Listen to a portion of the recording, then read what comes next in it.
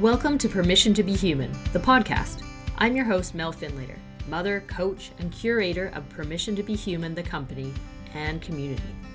If you're a mom, know a mom, or want to be a mom, and you crave getting out in the world to make a difference, then you're in the right place. This is a space for moms like you to connect with yourself, your purpose, and your big, audacious dreams. Because when you feel your best, you can better you, your family, and the wider world. Let's do this.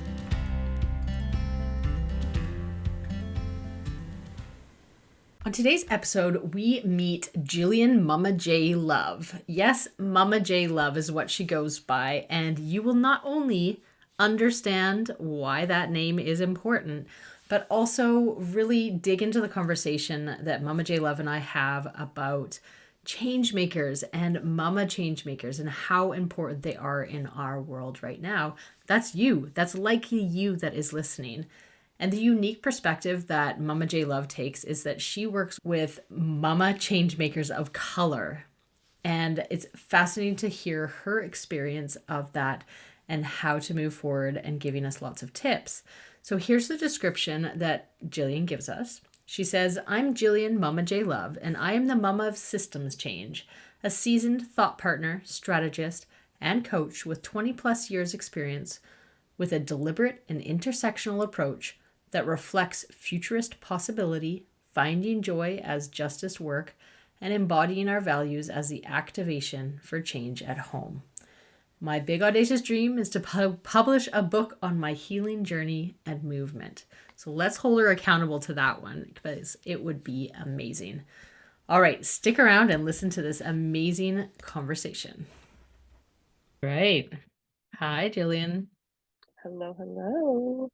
Thank you for coming and joining me today. I'm really excited to have this much needed conversation with you, hear your story, and share with others and get them thinking. So thanks for coming. Yeah, I'm excited to be here. Thanks for having me.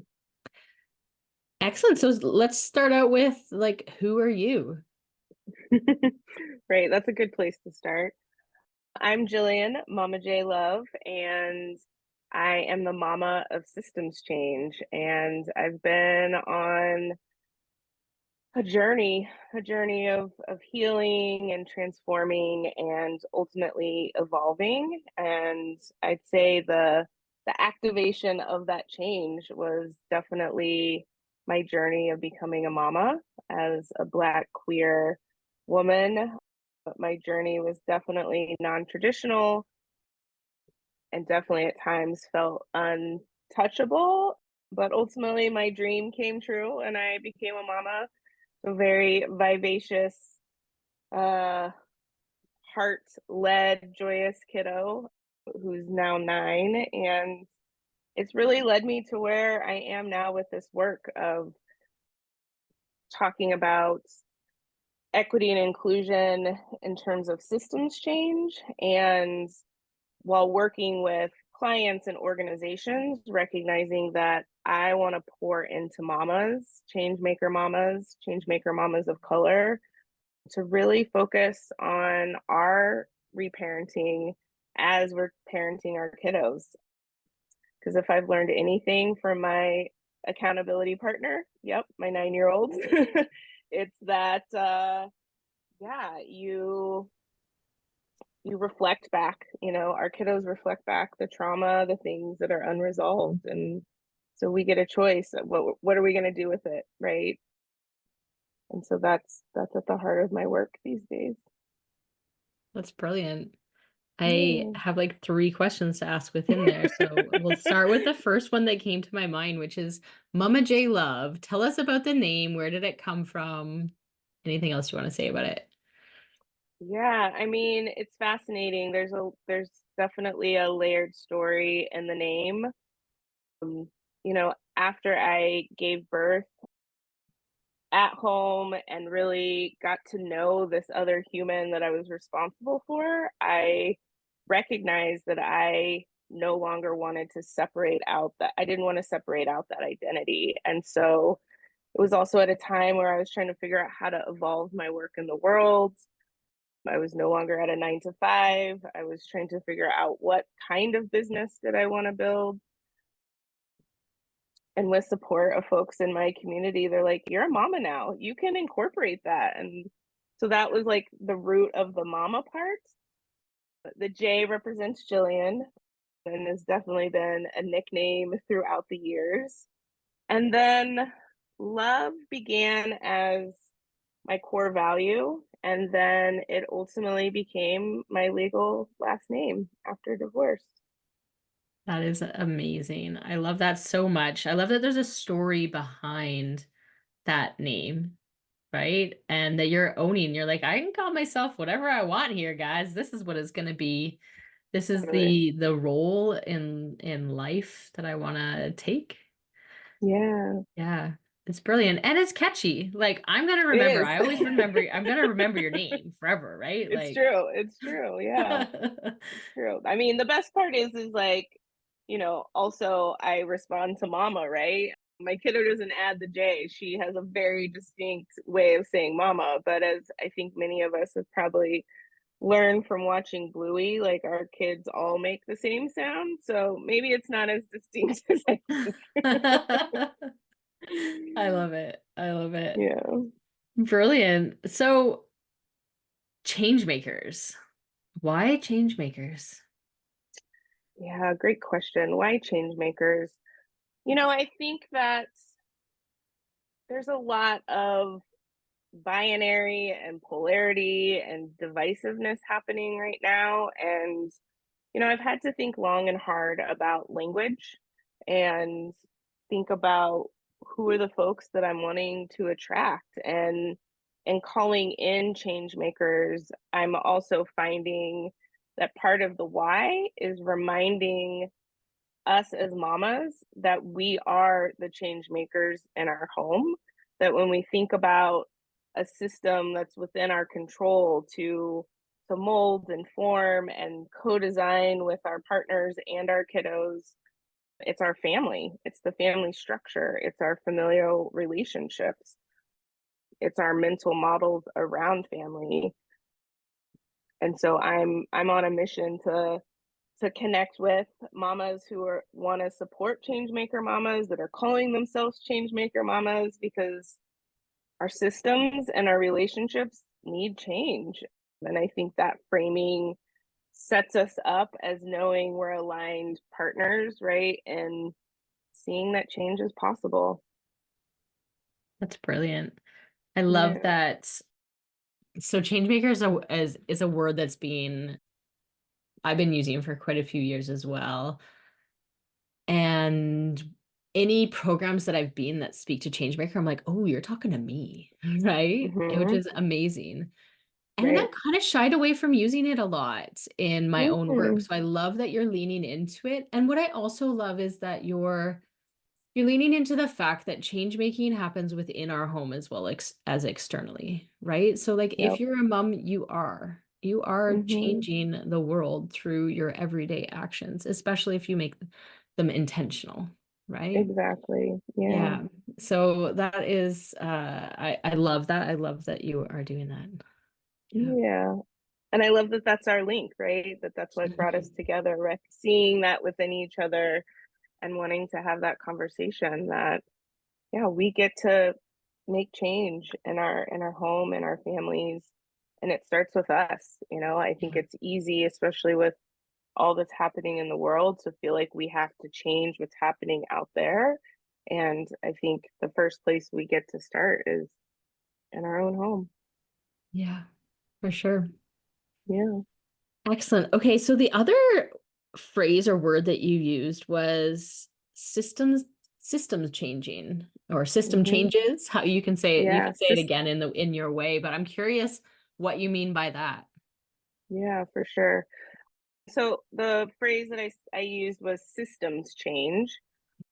And again, this connects to my own evolution and work, really from a beginning of a deep dive when I was an undergrad around Title IX and gender equity, and really recognizing the differences between women's and men's sport programs at my university, which we're seeing now more so with a spotlight on women's sport and basketball in particular. So that's where my journey began. And then it evolved into social justice and bringing in that racial justice and really evolving into intersectionality. And I would say that's where I began seeing myself within the system as a Black queer woman. And then, with everything that's happening with DEI as an industry, as work in organizations, it's really at this point being politicized. And, you can read 2 to 3 headlines a week about either how it's dead or not working or folks are divesting from it. And so I had to like sit in the dark and be like, how am I going to keep doing this work when I know it's needed? It's not going away. But clearly, that phrasing, us being at that level where it's become a buzzword and it's being weaponized, I had to think about how to truly talk about the work I do. And so for me, I define systems change as being really 3 layers. It's the structural, it's the relational, and it's the mental models. And the mental models is where we actually have the most control of shifting and evolving. And I think that's actually where, the deep personal transformation can happen. But that's how I Mm, would define it. brilliant. And just for those who maybe aren't from the States or aren't aware in this space of what DEI means, can you explain that Yes. one? Yeah. Yes. So it's diversity, equity, and inclusion. I think the way that I feel like it supports us to really think about it is, diversity is making sure the table looks, like the world we want to live in, that reflects the population, perspective, all the various identities, right? And so it's making sure that's represented. A lot of conversation around representation. Inclusion is making sure that once all the folks are at the table, that they feel that it's safe. And when we're talking about safety, I'm really wanting to name psychological safety, that they feel safe to be able to show up and do their best work. And then equity is where we really begin to look at the structural differences and gaps of where what is the data showing us. Oftentimes that's what it's looked like for me, that equity conversation coming in and really and seeing a difference between racial groups, gender groups, sexual orientation, right? It all kind of depends on how you disaggregate the data. And then I also add justice into the mix because I do think, to me, that's like the pinnacle that, we get to experience justice in our lives. And I think for a really long time, I struggled with justice based on, our ancestors who lit the way and said, it's a long arc, right? Like, we're going to be in this for a while. We may not actually see all the change we want to see. And that's really where intentionality came into my work, and this phrase and concept that I use called intentional justice. Hmm. Yeah. Yeah. Brilliant. You know what? Yeah. When you're talking about equity, the other thing that came to my mind, and I think this is the accurate memory that I'm having of it, but it was really talking about being equitable as opposed to being equal. Mm-hmm. And there's this beautiful comic, I don't know if it's a comic because it's not funny, but graphic, I Right. suppose, Yeah. of this, and I think there were 2 different types of animals trying to pick an apple from a tree. And like Yeah. one picks the apple because it's an elephant and it can reach right there, it's easy. And the other Right. one, if it's just standing on the ground, if it's like I don't even know what the animal was, like a hedgehog or something, then like equal is like, we just gave you the same thing. Why can't you get the apple off the tree? Yeah. Right? Definitely. But if we give them a ladder, well, I don't know if hedgehog can climb ladders, but then they might Yeah. be able to get the apple off the tree. Right. And that And that was then ties in the accessibility piece, right? Like, giving the exactly. ladder is providing accessibility for the Yeah, hedgehog. exactly. And with my background being more in the disability space, that's kind of what comes to mind for me. But I wonder what the graphic would be for more like racial inclusion and people from Mm, different backgrounds, right? yeah. I can't think of one off the top of my head, but it'd be interesting to, see what that was, right? Yeah, I think the one that, like, especially in the States, that folks love to use, and I think it's overused, is the idea of the melting pot. But I Mm, think that's not the right one, because ultimately, I would say it's more like a potluck, because we don't want everything mixing where we don't know who we are. I yeah, think it's really more about, we each get to bring our own dish to the potluck and show up as, our authentic selves, ideally. brilliant. Yeah. So Yeah. what's your big audacious dream? Oh, big audacious dream. I have a few of them for sure, but the one that's really nagging me these days is getting a book out into the world. Ah, Yeah. nice one. Do you have any thoughts around that? Oh yes, I have a few thoughts. It's not I Part of the chuckle is because it's not the first rodeo that I've been asked this question, or it's been my answer. And I have a couple of manuscripts, so it's not as if I haven't started the process. I think it's been, every time I get to a certain place in the manuscript, I've intuitively known, like, the journey isn't quite done for the that manuscript to, like, be out in the world. Mm, And knowing that, it does have a timeline, whether you go self-publishing or traditional.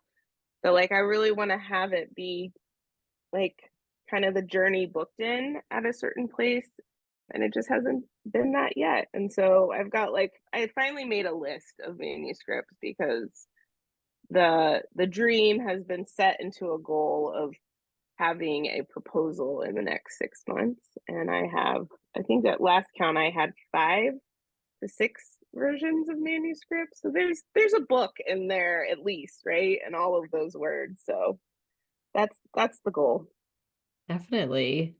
That sounds Yeah. amazing. I love how specific that is. And I'm going to ask you to broaden it because I'm guessing whatever that book is about is like, what's the difference you want to make in the world? And the book Mhm. might be the one of the hows. Yeah. I mean, I think it connects very much to the lane that I'm laying out for myself, which is changemaker mamas and changemaker mamas of color.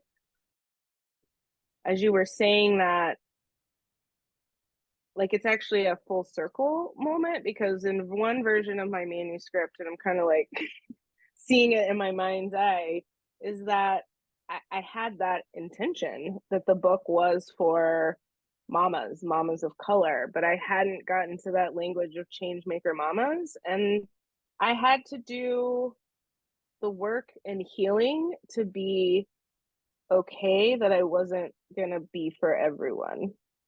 Mm, And that's a challenge, especially as a biracial woman who identifies as Black and comes from a white mama. I want to represent all the parts of myself. And I think that my journey and the healing that I've done in that vein, especially around race and relationships, is also part of what needs to be told. mm. And I think I can do that now, but it took some time. Yeah. Yeah.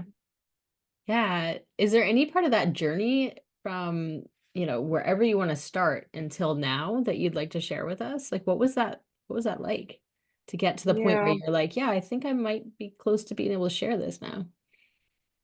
Hmm. I mean, there's definitely multiple markers that pop up in my head, but I think, that I can share two. One that's personal and one that's professional. The personal one is, divorce.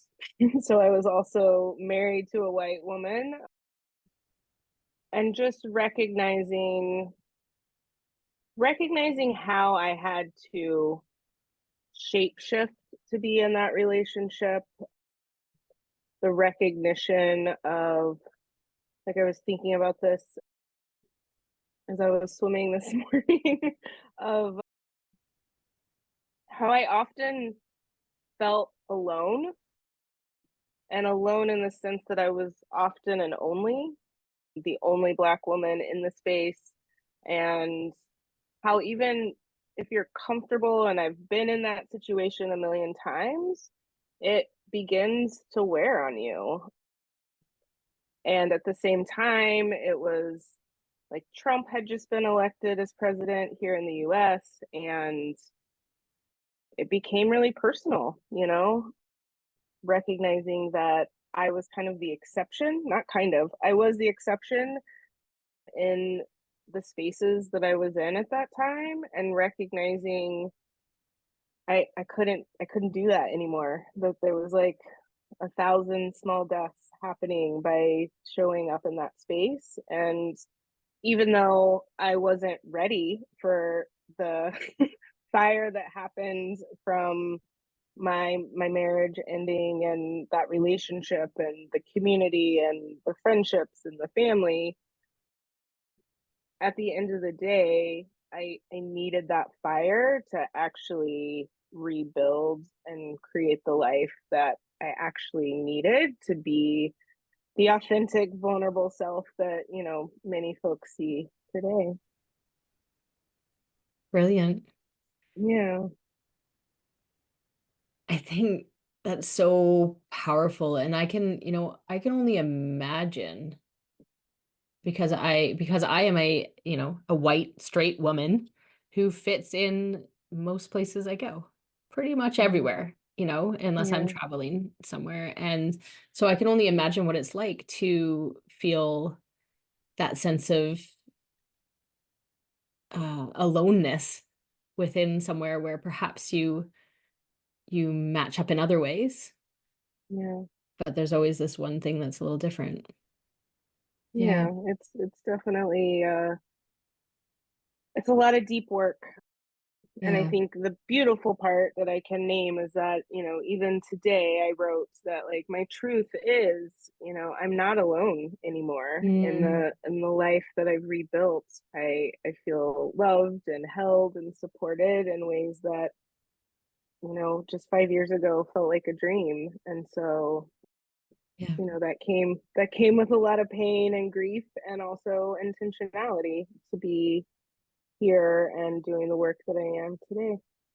Yeah. And I love that phrase that you said it a few times there. It's like doing the work.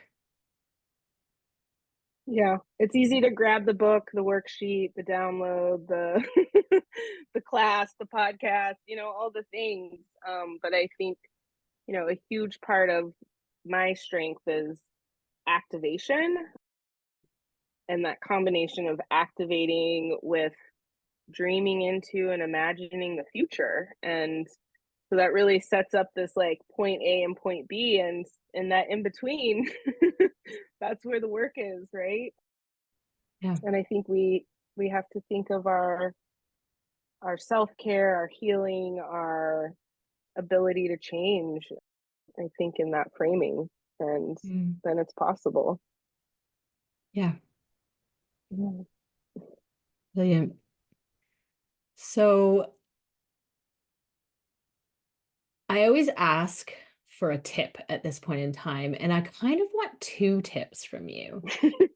Okay. Because what I'm thinking is what is what your tips would be for people who maybe feel excluded because of their race or their gender or their identity of some sort, who are moms, change makers, have these big audacious dreams. And one is for the people who perhaps are like more like me and are the moms and the change makers and are white and aren't excluded in the same way necessarily in society. And they may or may not be the same tip. I'm Right. curious, right? Yeah. Yeah, you can take that wherever you want. I love that. Well, I think it's important to name, like, I hold duality very well. I'm a Gemini sun, so that feels like it's an opportunity for me to dance a little bit. I mean, the first thing that came from to mind was, say someone that holds your identity, as a white change maker mama. I think the tip I would give is say hi, start a conversation with the person that is different in your kid's class. I mean, I'm defining different broadly, that doesn't look like you or share a language with you, or maybe even would be the traditional friends that you would connect with, right? Or that you have historically. I just think we need each other now more than ever. And as much as social media is a tool of accessing a lot of things, I think, what drew me to you in this conversation is that, like, we need places and chances to be human, right? And to just remember, like, we're all doing the best we can.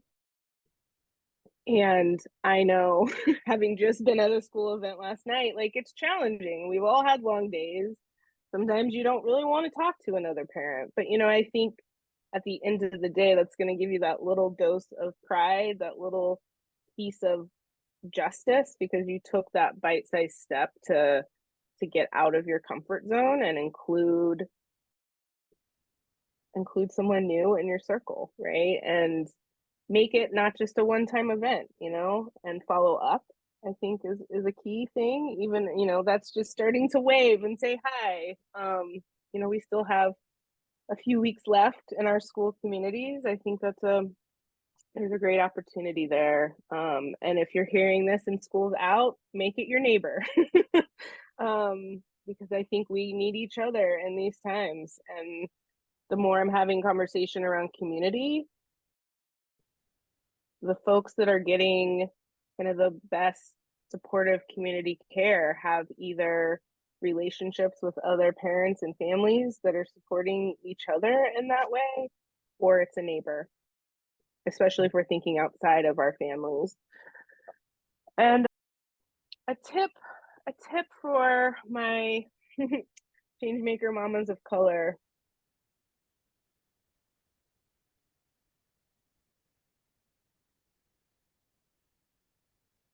I'm thinking. Mm-hmm. I think what's on my heart is just a reminder that we have everything that we need, and to reach out to the strong mama who you think has it all together. And in many ways, that tip can apply across the board.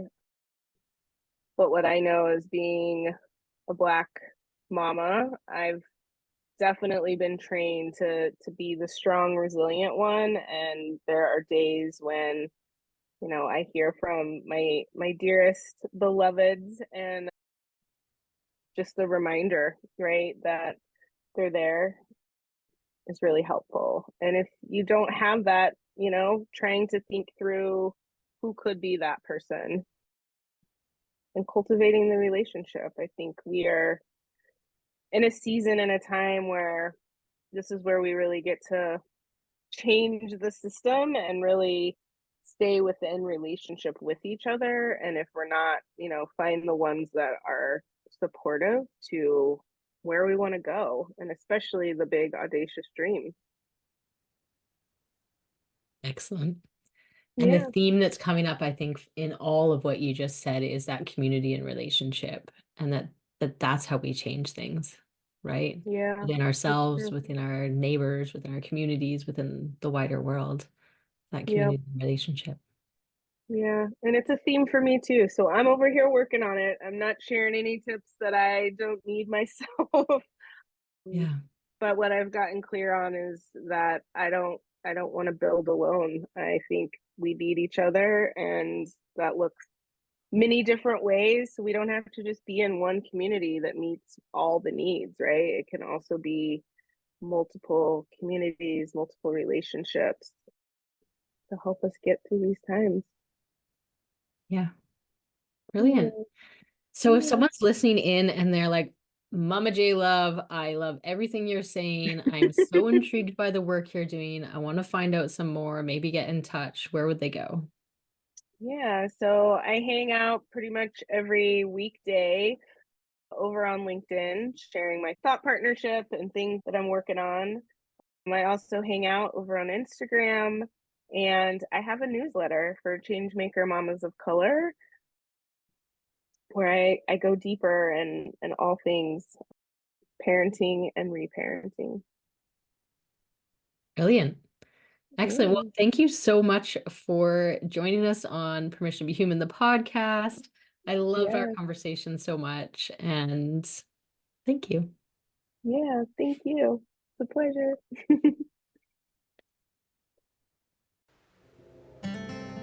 That is it, folks. This has been Mel Finlater on Permission to Be Human, the podcast. And I am so glad that you have joined us here today and hope that you have taken away some tidbits that will help you go away, connect with your big, audacious dream, and make that massive impact in the world that you are dying to make.